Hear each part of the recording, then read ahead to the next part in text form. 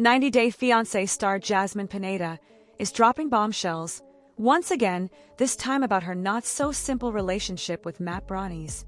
Fans first met Jasmine, alongside Gino Palazzolo on Before the 90 Days Season 5, and their fiery romance quickly became one of the show's most talked-about storylines.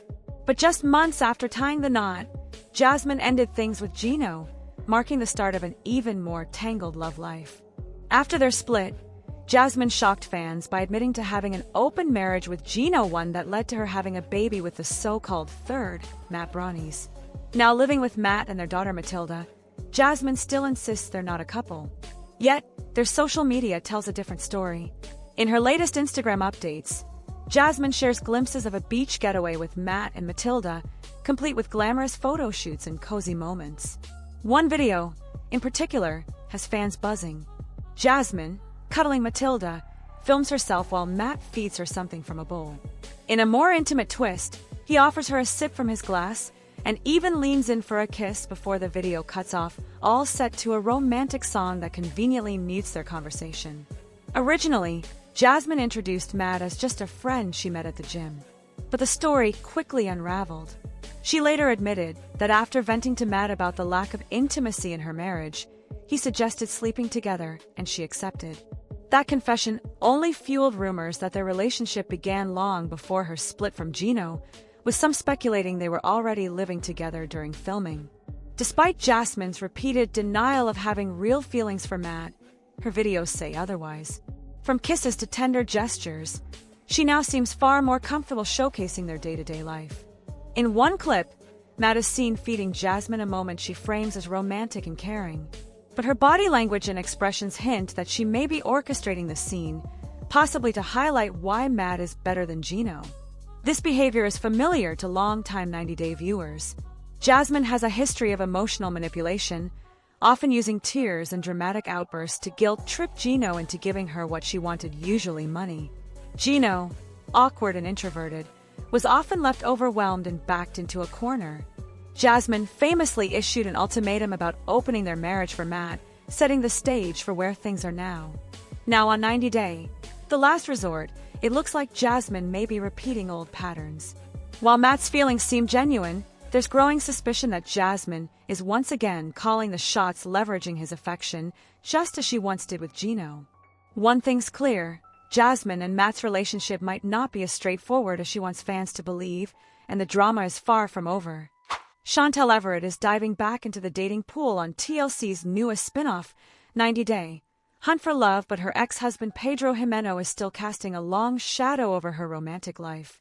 In the premiere episode, which aired Monday, May 26th, the 34-year-old reality star found herself in a hot tub speed dating session that took an unexpected turn. When asked what her ex might say about her, Chantel didn't hesitate to take a jab with a smirk and a spot-on impersonation of Pedro's accent. "Where's my money?" Chantel laughed, mimicking her ex. "You took my money." Her date, Chris, looked stunned. "Did you actually take his money?" he asked. Chantel, unfazed, fired back. "I took my money out of the bank account we shared. Honestly, I still feel like he owes me money." The moment may have been lighthearted on the surface, but in a private confessional, Chantel admitted it hit a nerve. "When Chris asked what my ex would say about me, it really threw me," she confessed. "That wasn't just a boyfriend, that was a 7-year marriage. You never know what you're going to dig up when you go knocking on that door. And for me, what was behind it wasn't good." Chantel is navigating her first public dating experience since her 2022 split from Pedro, which played out in painful detail over several seasons of 90 Day Fiancé and its spin-off, The Family Chantel. The former couple's romance began in Season 4 of 90 Day Fiancé in 2016, with fans watching their explosive arguments, family clashes, and eventual unraveling over the years. Their breakup officially began when Pedro filed for divorce on May 27, 2022. The same day, both parties filed mutual restraining orders. The final season of The Family Chantel, which aired in late 2023, chronicled the bitter end of their relationship, including the sale of their Lawrenceville, Georgia home, which they purchased in early 2022 for $290,000. But it was the drama over a jaw-dropping bank account withdrawal that stole the spotlight. Chantel stole all the money from the joint bank account, Pedro claimed during one explosive scene. I went to buy some things for my apartment, and my card was declined. She wiped out everything. Chantel eventually admitted to taking the money, a staggering $265,000, but insisted it wasn't theft. He was trying to say I stole the money, but no, she clarified in a confessional. I took money out of the account to pay for our divorce and house bills, and I gave the rest to the court registry. She went on to reveal her true motivation. I didn't know what Pedro was capable of. I was afraid he'd run off to the Dominican Republic and hide the money. I had to act fast. Now, as she embarks on her search for new love, Chantel is doing her best to move forward, but it's clear that the wounds from her past still sting. Whether she finds the romance she's looking for on 90 Day Hunt for Love remains to be seen, but one thing's for sure, Chantel's not afraid to speak her truth.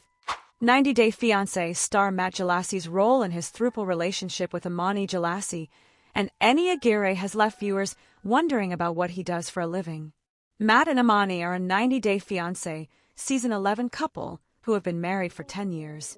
Eni is a stripper whom Ammanis met at a club in Mexico and decided to open her marriage with Matt for.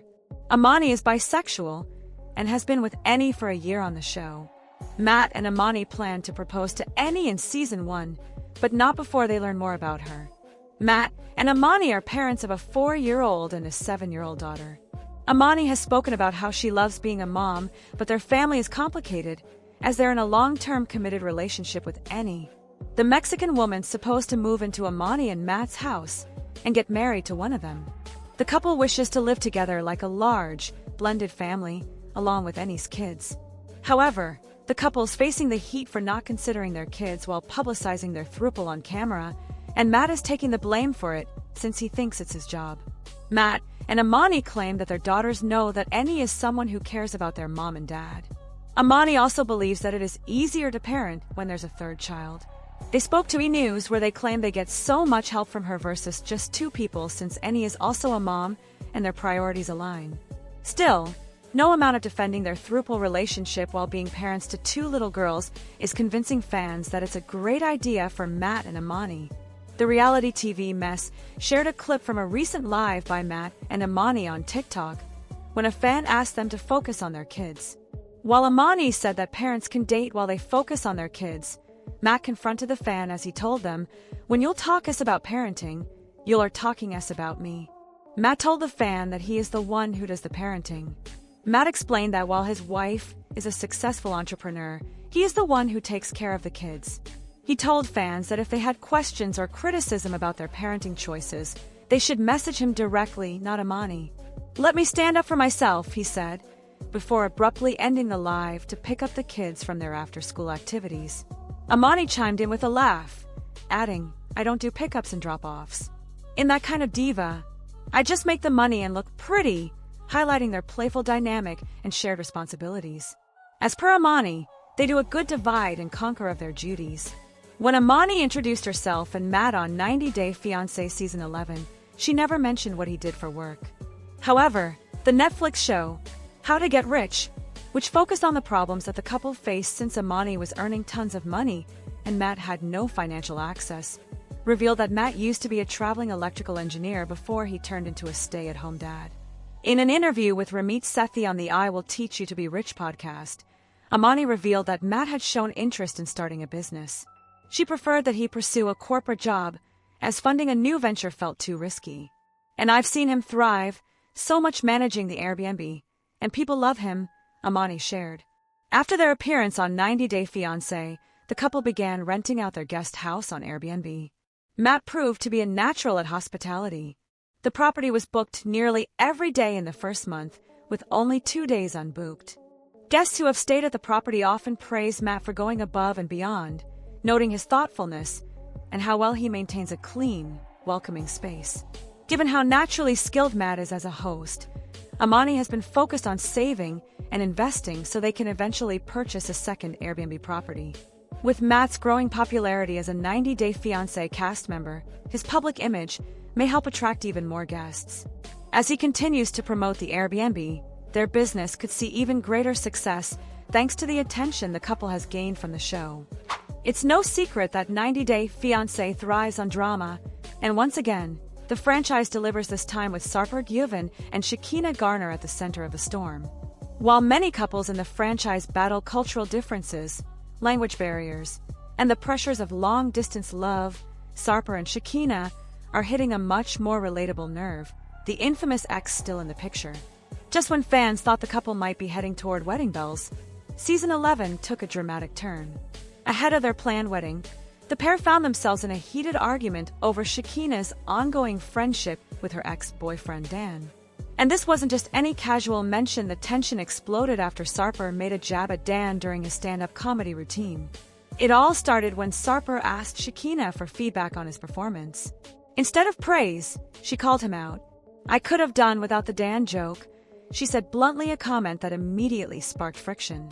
In her confessional, Shikina revealed her deeper frustrations. Sarper's attempts to control her social life and his unwillingness to take responsibility in their relationship. "The part he doesn't like is the responsibility," Shikina vented in a May 2025 video, later reposted on Instagram. And it didn't end there. She stood her ground, defending her friendship with Dan, even noting that they never slept together during their relationship, something she felt made their bond a lot less complicated.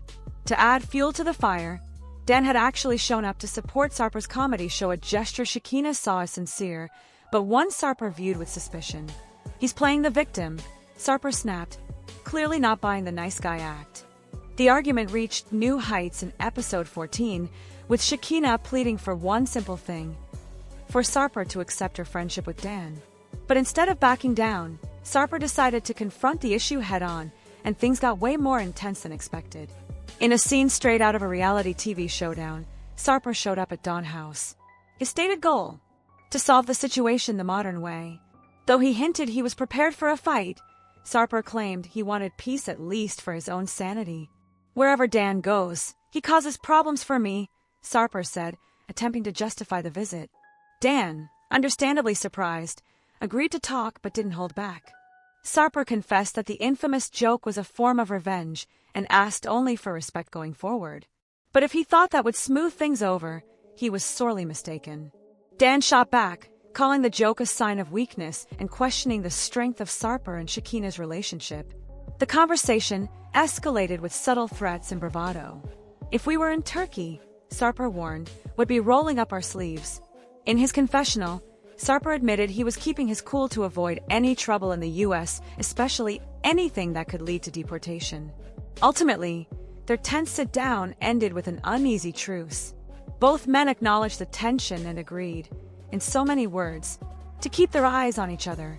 Meanwhile, reality TV predicted in April 2025 that Sarper and Shikina were almost definitely headed for marriage, but after this explosive conflict, fans are beginning to wonder if that prediction might have been a little too optimistic. As always in the 90 Day Fiancé universe, love may be in the air, but so is drama, and Sarper and Shikina are delivering it in full force.